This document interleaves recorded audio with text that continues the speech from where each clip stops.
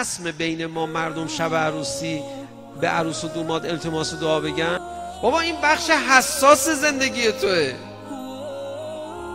شما الان فرمودید که مردم حدسش هم نمیزنن که عروس دوماد اینقدر عزیز باشن پیش خدا. ازدواج چقدر پیش خدا محترمه. زن و شوهر شب زفاف دعاشون مستجاب، شب ازدواج دعاشون مستجاب. همه کسانی که رفتن عروسی به عروس دوماد باید بگن التماس دعا.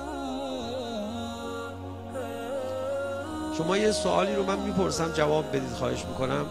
رسم بین ما مردم شب عروسی به عروس و دوماد التماس دعا بگن؟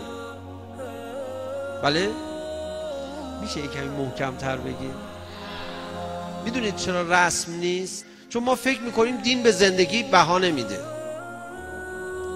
بابا این بخش حساس زندگی توه، بخش مهم زندگی توه، بخش شاد زندگی توه. آخه چجور دین میتونه به این بخش اهمیت نده؟ اون چه دینیه؟ مردم به چه دینی معتقدن؟ دینی که تو جشن عروسی ما شرکت نمیکنه. برو عروسی تو بکن، برو حالا بعدم میه سر نماز من باید کار دارم. دین اینجوریه؟ خب پس مردم فکر میکنن دین 2000 برای زندگی ارزش قائل نیست. بعضی از اجزاء زندگی هست اینقدر بهش خدا احترام گذاشته تو دین که به خاطرش آدابی رو مطرح کرده، به خاطر احترام اون اجزا که اصلا نمیشه بیانش کرد.